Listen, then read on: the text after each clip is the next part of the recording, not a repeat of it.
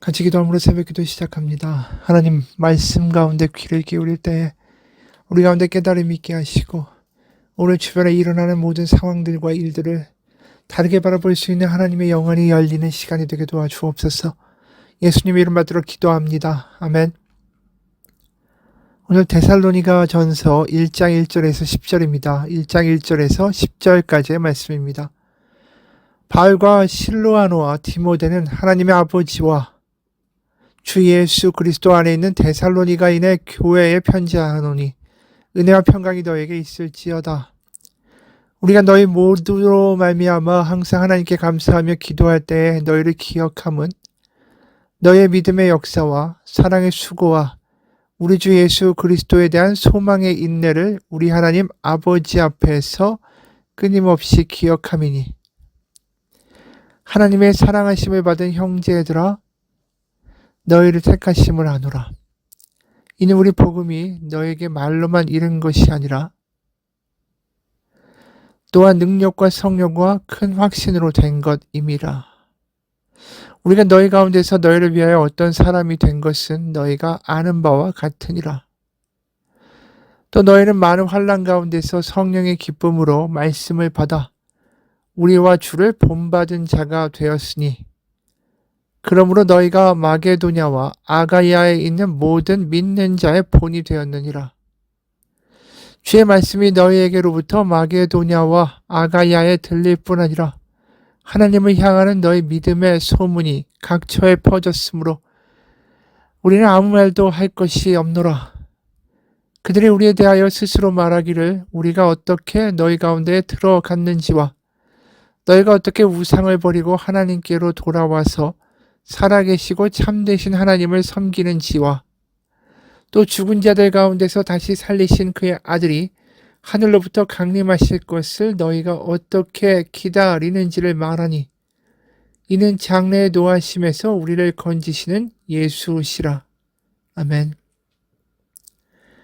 오늘부터는 데살로니가 전서입니다. 이 도시에 대해서 한번 살펴보겠습니다.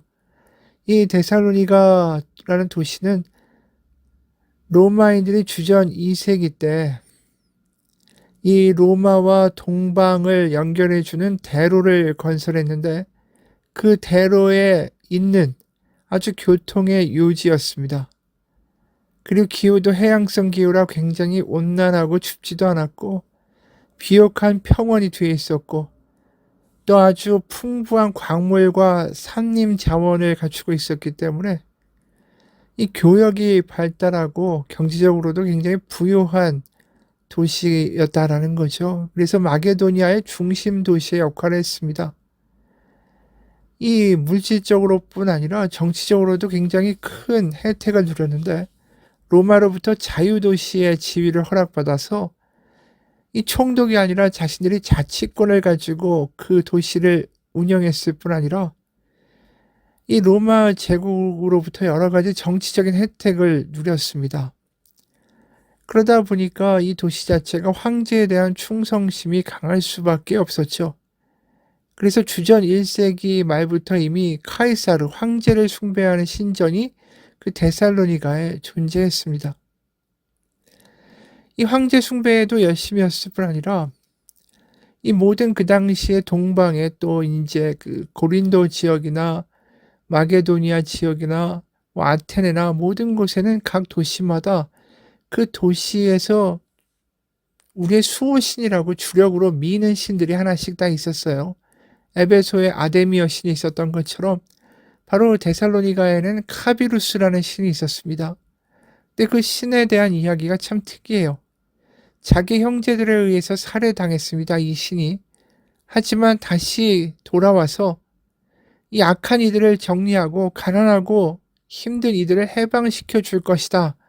라는 그런 식의 신화가 이 카비루스라는 신에게 이 같이 다니고 있었던 배경 이야기였어요. 그러다 보니까 이 카비루스라는 신에 대한 열심이 사람들이 많았던 거죠. 거기다가 또 로마 그리스 시대에 일반적으로 유행하던 여러 다양한 신들도 숭배하고 신전들이 존재했습니다. 디오니소스 신도 당연히 있었고 제우스, 헤라, 아테나, 아폴로 뭐 이런 신들은 당연히 존재했죠. 원래 그리스 로마 그 시대는 다신교적 사회였기 때문에. 그뿐 아니라 또 이집트의 신들인 세라피스, 이시스, 오시리스 뭐 이런 신들까지도 또 같이 숭배하는 일들이 벌어졌습니다. 다시 말해서 이 백화점 같은 거예요. 자신이 필요에 따라서 이런 일을 도움을 받고 싶으면 거기에 주신 그것을 관장하는 신한테 가서 인제 또 물질을 바치고 제사를 드리고 이러면서 여러 신들을 자신들의 필요에 맞도록 계속해서 다양하게 섬겼다라는 거죠. 그러니까 아까 말한 대로 카비루스라는 그 수호신만 섬긴 게 아니라 동시에 뭐 제우스 신도 섬기고 황제 숭배도 하고 이 여러 가지의 신들에 대해서 다 경배하는 문화가 데살로니가 도시에 있었다라는 겁니다. 그런 면에서 보면 유대교와 이 기독교, 특히 예수님의 복음과 유대교에 대한 이야기는 굉장히 독특한 거였어요. 왜냐하면 유대교 자체도 하나님만 존재한다라는 유해 신앙을 이야기하는 거 아닙니까? 그러다 보니까 바울이 선교를 나가서 제일 먼저 접촉하고 또 복음을 전했던 곳이 일단 하나님만 존재한다라고 말하는 이 유대교 회당부터 이 복음을 전파하기 시작했죠. 사도행전 17장을 보게 되면 사도 바울이 회당에 가서 말씀을 전할 때 거기에 출석하던 귀부인들과 헬라 사람들이 예수님을 영접하게 됩니다. 다시 말해서 구약에 나와 있는 하나님의 그 열심이 예수님을 통하여 열매를 맺고 절정을 보여주고 있고 이제는 율법이 아니라 하나님의 새로운 길을 예수님께서 열어주셨다라는 복음을 접하니까 여기에 드디어 헬라인들과 이 여성들이 끌려가게 되는 일이 벌어지는 거죠. 왜냐하면 유대교 자체가 이방인과 여성에 대한 멸시가 굉장히 강했기 때문입니다. 어찌됐든 간에 이 여성들과 헬라인들이 예수님에게로 끌려가니까 이 회당의 유대인들이 당연히 자신들에게 와서 헌금도 바치고 제사도 하고 뭐 하여튼 여러 가지 열심을 보여주던 사람들이 갑자기 사라지니까 이 아고라 광장에 불량배들을 시켜가지고 데살로니가에서 처음으로 세워졌던 가정교회인 야손이라는 사람의 집에 쳐들어갑니다. 그러면서 이런 죄목을 내밀죠. 사도행전 17장 6절 7절입니다. 천하를 어지럽게 하던 이 사람들이 여기도 이름에 바로 예수를 믿는 사람들이 천하를 어지럽게 하는 사람들이라고 규정하죠. 7절에 야손이 그들을 맞아들였도다. 이 사람들이 다 가이사 황제의 명을 거역하여 말하되 다른 임금 곧 예수라 하는 이가 있다 하더이다. 다시 말해서 예수를 믿는다라는 것은 종교를 믿는 게 아니라 한마디로 반역을 도모하는 자들이다. 이렇게 죄목을 씌웁니다. 하지만 데살로니가의 이 신앙인들은 성도들은 예수님 믿기를 포기하지 않죠. 이런 갈등 상황이 계속해서 올라가는 것을 보고 있던 상황에서 바울이 도피하는 일이 벌어집니다. 사도행전 17장 10절입니다. 밤에 형제들이 곧 바울과 실라를 베레아로 보내니 이것을 보고 데살로니가 사람들은 수군거립니다. 야, 그 유대인 선동가들이 밤에 도망을 갔구만. 그렇게 와서 사람들을 유혹하고 회당을 떠나서 자신들의 말을 들으라고 이야기하더니 위협이 일어나고 소동이 일어나니까 바로 도망을 했군. 이 남겨진 사람들한테 뒷감당하라고 무책임하게 도망가 버렸어. 이런 식으로 이제 이야기를 해버리는 거죠. 유대인들의 이런 모함이 틀린 것이다 할지라도 이제 바울이 떠나고 나면 데살로니가 교인들에게는 굉장히 어려운 상황이 펼쳐지는 것은 확실합니다.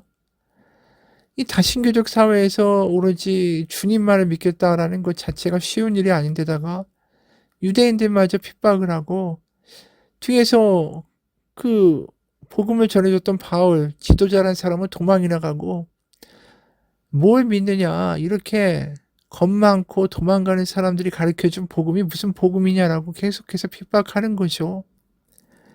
너희 계속 믿을 거야? 왜 이렇게 한심해? 이런 이야기들이 계속 들리는 그런 환경 가운데서 이 데살로니가 교인들이 신앙생활하는 게 굉장히 부담이었을 겁니다. 게다가 이 도시 사람들은 자신들의 부인이나 남편이 어디서부터 나타난 갑자기 어떤 사람들의 이야기를 듣고 백해무익한 그러한 말에 홀려서 살아가는 것으로 보였을 뿐이라는 거죠. 그러니까 바울이 데살로니가를 황급히 밤에 떠났지만, 그래서 베레아로 가고 또 에덴 바로 아테네로 떠났지만 마음이 편치 않은 거죠. 그래서 이런 내용이 데살로니가 전서 2장 17, 18절에도 나옵니다. 형제들아, 우리가 잠시 너희를 떠난 것은 얼굴이요 마음은 아니니 너희 얼굴 보기를 열정으로 더욱 힘썼노라. 그러므로 나 바울은 한 번, 두 번 너희에게 가고자 하였으나 사탄이 우리를 막았도다. 어떻게든 거길 가려고 내가 데살로니가에 다시 가서 너희들을 위로하려고 했지만 이 사탄이 여러 가지 상황을 막았다라는 거죠. 내가 떠난 것은 얼굴, 몸은 떠났지만 마음은 여전히 너를 향하여 있다. 이런 애달픈 마음을 편지에 적어 보내는 겁니다. 그리고 게다가 이 최악의 상황 아닙니까? 그런데도 데살로니가 성도들이 교회를 지키고 믿음을 견디어내고 믿음을 붙잡고 살아온 게 너무 대견한 거예요. 그래서 자신이 떠난 후에 어떻게 너희가 버텼는지를 내가 전해 들었다. 그게 오늘 6절에서 8절입니다. 또 너희는 많은 환난 가운데서 성령의 기쁨으로 말씀을 받아 우리와 주를 본받는 자가 되었으니 그러므로 너희가 마게도냐와 아가야에 있는 모든 믿는 자의 본이 되었느니라. 주의 말씀이 너희에게로부터 마게도냐와 아가야에만 들릴 뿐 아니라 하나님을 향하는 너희 믿음의 소문이 각처에 퍼졌으므로 우리는 아무 말도 할 것이 없노라. 바로 이 데살로니가의 믿음의 소식이 그 근처의 마게도냐 아가야 지역에만 들리는 게 아니라 이 각처의 교회들에서 다 이 이야기를 한다라는 거죠. 데살로니가의 교회들이 얼마나 대단한가. 사실 바울이 그 도시에 머문 시간은 굉장히 짧았습니다. 그런데 그 복음을 끝까지 핍박 가운데도 지켜내는 거, 이건 대단한 기적이고 다른 교회들에게도 엄청난 믿음의 본이 되는 거죠. 이런 일들이 어디서 일어났을까요? 그냥 그 데살로니가 교인들의 신앙이 좋아서만 이루어진 것이 아니죠. 그래서 2절 보면 2절부터 4절 보면 이런 말씀을 이 데살로니가 전서를 시작하면서 합니다. 우리가 너희 모두로 말미암아 항상 하나님께 감사하며 기도할 때 너희를 기억함은 너의 믿음의 역사와 사랑의 수고와 우리 주 예수 그리스도에 대한 소망의 인내를 우리 하나님 아버지 앞에서 끊임없이 기억함이니 하나님의 사랑하심을 받은 형제들아 너희를 택하심을 아노라. 바로 하나님이 택하셔서 그들을 붙들어 주시고 지켜주시고 그들에게 믿음과 사랑과 소망이 넘치도록 해주셔서 그들이 버티고 승리할 수 있었다. 그래서 내가 너희를 떠올릴 때마다 너희의 믿음도 정말 소중하지만 너희를 지켜주시고 지금까지 이끌어 오신 하나님께 감사할 것밖에 없다. 이런 말 하는 거죠. 그래서 5절의 말씀도 마찬가지예요. 새 번역으로 우리는 여러분에게 복음을 말로만 전한 것이 아니라 능력과 성령과 큰 확신으로 전하였습니다. 우리가 여러분 가운데서 여러분을 위하여 어떻게 처신하였는지를 여러분은 알고 있습니다. 바로 이 복음이 능력과 성령과 큰 확신으로 임했기 때문에 그들이 핍박 가운데 믿음을 포기하지 않을 수 있었다라는 거죠. 이 모든 게 하나님의 은혜예요. 그리고 더 나아가 9절 10절에서는 이들에 대한 소문이 어떤지를 또 이런 식으로 이야기합니다. 공동번역으로 9절 우리가 여러분에게 갔을 때 여러분이 우리를 어떻게 받아들였으며 또 어떻게 우상을 버리고 하나님께로 마음을 돌려서 살아계신 참 하나님을 섬기게 되었는지는 오히려 그들이 말하고 있습니다. 그들이 누구죠? 데살로니가 교회의 그 믿음의 간증들을 사방에서 이야기한다는 거예요. 그들이 누구냐? 바로 아까 이야기했던 8절 마게도냐와 아가야에만 울려 퍼진 게 아니라 하나님을 향한 여러분의 믿음에 대한 소문이 각처에 두루 퍼졌습니다. 그러니까 데살로니가 교회의 이 믿음의 간증들이 사방에서 다 퍼져 있고 그것이 이제 바울의 귀에도 들어왔다. 아까 이야기한 그대로예요. 그리고 데살로니가 교인들의 이 믿는 믿음의 복음의 내용, 믿음의 내용이 과연 무엇인가라는 것도 중요하겠죠. 그 믿음의 본질에는 10절 또 죽은 자들 가운데서 다시 살아나신 하나님의 아들 예수께서 하늘로부터 다시 오실 날을 여러분이 고대하게 되었다는 것도 그들이 널리 전하고 있습니다. 그분은 장차 닥쳐올 하나님의 진노에서 우리를 건져내 주실 분입니다. 바로 이들이 믿었던 복음의 내용에는 영생도 들어있었다라는 거죠. 그러니까 하나님의 심판에서 어떻게 보면 지옥에 가는 것이 아니라 영생에 갈 수 있는 길이 예수님을 통하여 열렸다. 그리고 하나님께로 가는 길이 열렸다. 이게 데살로니가 교인들이 믿었던 복음의 내용이었습니다. 여러분, 우리에게 복음이라는 것이 과연 무엇입니까? 그리고 그 복음이 우리 가운데 능력과 성령과 큰 확신으로 믿어집니까? 다시 말해서 성령을 통해서 우리에게도 예수님의 십자가와 부활의 이야기, 그래서 예수님의 십자가를 통하여 우리가 하나님께 나아갈 수 있게 됐다. 그리고 부활과 종말의 심판을 통해서 우리가 죽음이 끝이 아니라 영생이 있다는 것이 성령 가운데 확신되고 있습니까? 그것이 우리를 어려운 환경 가운데도 믿음을 포기하지 않게 만드는 이유입니다. 바로 우리의 의지나 결단으로 되는 게 아니라 하나님이 택하셨고 하나님이 성령을 기름 부어주시고 그래서 우리가 그것이 현실이라고 믿어지고 눈에 보이는 것이 다가 아니라 하나님의 계획과 하나님의 이 영생이 있다는 것이 우리 가운데 믿어질 수 있는 그런 역사가 우리 가운데 있어야 된다라는 거죠. 믿음은 그겁니다. 일방적인 나의 독백이 아니라 하나님의 기름 부으심과 하나님이 주시는 성령의 확신이 필요하다라는 거죠. 이 4절에 보면 하나님의 사랑하심을 받은 형제들아 너희를 택하심을 아노라 라고 말하고 있습니다. 하나님이 택하시고 기름 부어주시고 내가 여기 있다. 이 눈에 보이는 것이 다가 아니다라는 것을 알려주시는 모든 것들을 이 하나님이 택하신 자들에게 부어주신다라는 거죠. 여기 택하셨다라는 뜻이 뭘까요? 하나님이 택하셨다. 그래서 기름 부으셨다. 지켜주신다. 눈에 보이는 게 다가 아니라는 것을 깨닫게 해주신다. 그 바로 택하심을 받은 사람들이라는 것은 과연 무엇일까요?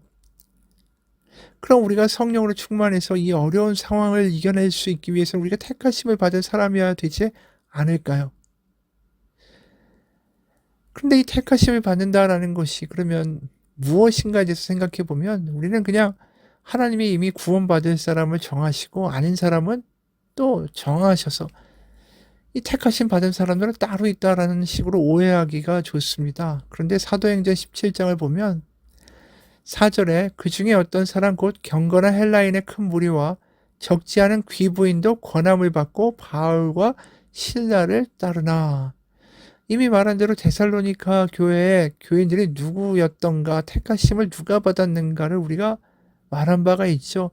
유대인 아니고 남성도 아니고 여성이었고 헬라 이방인들이었습니다. 이미 말한 대로 유대인 기준에서 보면 심지어 이런 기도도 있었어요. 하나님 제가 이방인이 아닌 게 감사하고 짐승으로 안 태어난 게 감사하고 여자로 태어나지 않은 게 감사합니다. 그러니까 여자하고 이방인은 거의 짐승하고 같은 수준으로 취급했다라는 거죠. 그리고 실제로 이 회당이라고 말 많이 할 때 이 회당이 세워지려면 각 도시마다 기준이 유대인 성인 남성 10명 있으면 회당이 세워질 수 있습니다. 여성이나 이방인이 아무리 많아도 회당을 세워질 수가 없는 거예요. 사람 취급을 안 하는 거죠. 그런데 데살로니가에서 지금 복음을 받고 택하심을 받고 성령의 기름 부으심을 받고 믿음을 끝까지 지킨 사람들은 누구였습니까? 이방인과 여성들이었다라는 거예요. 무시당하는 사람들이었죠. 그러니까 교회에서 하나님의 주님의 택하심을 받은 사람들은 세상에서 택하심을 받지 못한 사람들이었다라는 겁니다. 고린도 교회도 마찬가지예요. 고전 1장, 고린도전서 1장 26절에서 29절 보면 형제들아 너희를 부르심을 보라 육체를 따라 지혜로운 자가 많지 아니하며 능한 자가 많지 아니하며 문벌 좋은 자가 많지 아니하도다. 그러나 하나님께서 세상에 미련한 것들을 택하사 지혜 있는 자들을 부끄럽게 하려 하시고 세상의 약한 것들을 택하사 강한 것들을 부끄럽게 하려 하시며 하나님께서 세상의 천한 것들과 멸시받는 것들과 없는 것들을 택하사 있는 것들을 폐하려 하시나니 이는 아무 육체도 하나님 앞에서 자랑하지 못하게 하려 하심이라. 고린도 교회에서도 부르심을 받은 사람들이 누굽니까? 세상에서 잘난 사람들이 아니었다라는 거죠. 깨어진 사람들이었고 스스로 자격이 없다는 사람들이었고 그런 사람들에게 바로 하나님의 성령, 하나님의 위로, 하나님의 기름 부으심, 하나님의 아버지가 되신다라는 그 확신이 일어나는 믿음의 역사가 일어난 겁니다. 그리고 그들이 그게 믿어지니까 환난과 세상의 조롱 가운데서도 믿음을 포기할 수가 없는 거죠. 왜냐하면 하나님이 황제도 그 대단한 존재인데 그것보다 더 큰 하나님이 자신의 아버지가 되어주시고 끝까지 그들의 영생, 죽음 넘어서까지 이끌어 가신다. 라는 그 복음이 그 당시에 멸시받고 소망 없고 힘들었던 사람들에게는 너무나도 파격적인 소식이고 은혜였기 때문입니다. 이 잘 살고 잘 먹고 권력 있는 사람들에게는 하나님 없어도 살만한 세상이었지만 가진 거 없고 배운 거 없고 무시당하는 사람들에게는 하나님이 없이는 살아갈 수가 없었던 세상이었다라는 거죠. 그러니까 부르심을 받는다, 택하심을 받는다라는 것이 뭘 의미합니까? 다시 말해서 세상 가운데 내 힘으로 살아갈 수 있다라고 한 사람들은 바로 하나님의 초대를 거부하는 거예요. 이 택하심이라는 게 애초부터 너는 구원받을 사람, 넌 저주받을 사람이라고 정해져 있는 게 아니라 나는 하나님이 필요합니다. 나는 하나님 없이는 살아갈 수 없습니다라고 고백하는 사람들은 하나님의 예수 그리스도를 통한 초청을 받아들이는 거고 아니 나 하나님 없어도 예수님 없어도 살만해요 하는 사람들이 예수님의 초청을 거부하는 거죠. 그게 세상에 가진 사람들이고 성경에서 바리새인들이기도 하고 이 로마인들이기도 한 거죠. 그래서 마태복음 7장 6절에 이런 말씀을 예수님이 하십니다. 마태복음 7장 6절 거룩한 것을 개에게 주지 말며 너희 진주를 돼지 앞에 던지지 말라. 그들이 그것을 발로 밟고 돌이켜 너희를 찢어 상하게 할까 염려하라. 개나 돼지인데 이들이 진주를 줬는데 다 거부하고 어떻게 합니까? 그걸 던져주고 전하는 이들을 찢어서 상하게 한다는 거죠. 권력자라는 거예요. 개나 돼지나 힘 있는 사람들이라는 거죠. 잘났다는 사람들이에요. 그 사람들이 복음을 거부할 뿐 아니라 그 복음을 전하는 사람들을 찢어 상하게 한다는 거죠. 여러분 여기서 택하심, 부르심의 의미가 우리 가운데 어떻게 와닿습니까? 우리가 은혜를 받는 길, 성령의 기름 부으심을 받는 일, 어려운 상황에도 믿음을 지킬 수 있는 길, 그건 우리가 하나님이 필요하다라는 간절한 목마른 가운데 부어지는 역사입니다. 데살로니가 교인들이 정말 세상에서 보면 택하심을 못 받은 사람처럼 보이죠. 어렵고 힘든 사람이지만 그러기 때문에 하나님에 대해서 더 목말랐고 하나님에 대해서 더 배고팠던 거예요. 그러니까 그 배고픔에 대하여 하나님이 채워주시는 거죠. 부어주시는 거예요. 다시 말해서 택하심을 받은 사람이 된다는 거 다른 게 아니에요. 우리가 하나님에 대한 목마름이 커지면 우리는 부르심을 받고 택하심을 받은 사람이라는 증거입니다. 그리고 배고프게 하나님께 목마른 그 자녀들을 하나님 결코 외면하지 않으시죠. 그게 예수님이 이야기하셨던 산상수훈 아닙니까? 마태복음 5장 3절 6절 보면 심령이 가난한 자는 복이 있나니 천국이 그들의 것이며 하나님께 배고픈 자는 하나님 부어주시겠다라는 거예요. 애통하는 자는 복이 있나니 그들이 위로를 받을 것이며 세상이 주는 힘과 권세와 능력으로 내가 뭘 하겠다가 아니라 하나님께 대하여 하나님 제가 능력이 없습니다. 하나님 제가 어찌할 바를 모르겠습니다. 라고 나가는 이들은 하나님의 위로를 받을 것이고 6절 의에 줄이고 목마른 자는 또 목마른 자가 나오죠. 그들이 배부를 것이며 뭐로 배부르겠습니까? 하나님의 성령으로 하나님의 은혜로 배부를 것입니다. 여러분 우리가 모두 하나님의 은혜를 경험하고 하나님의 부르심과 택하신 자의 그 하나님의 은총을 받는 길은 다른 조건이 없어요. 딱 하나의 목마름입니다. 요한복음 7장 37절 39절 보면 예수께서 서서 외쳐 이르시되 누구든지요 목마르거든 내게로 와서 마시라. 조건 하나뿐입니다. 목마른 자. 그러면 그 배에서 생수의 강이 흘러나오리라. 이는 믿는 자들이 받을 성령을 가리켜 말씀하신 것이라. 우리 가운데 그런 배고픔이 있기 원합니다. 같이 기도하겠습니다. 하나님 데살로니가의 교회 믿음의 신앙들을 보면서 우리도 그런 신앙을 가져야 할지가 아닙니다. 우리도 하나님에 대하여 목마른 자가 되어 하나님의 은혜에 배고픈 자가 되어 하나님 없이 살아갈 수 없다라는 고백을 할 때 데살로니가에 부어졌던 하나님의 놀라운 은혜와 성령의 역사가 우리 가운데도 일어날 거라고 믿습니다. 이 시간 하나님, 밥을 먹지 못한 배고픔보다 하나님을 더 갈급해하고 목말라하는 우리의 마음이 되게 하시고 그 마음 가운데 넘치도록 부어주신 하나님의 충만한 사랑, 성령을 경험하는 하루가 되게 도와주옵소서. 예수님 이름 받들어 기도합니다. 아멘.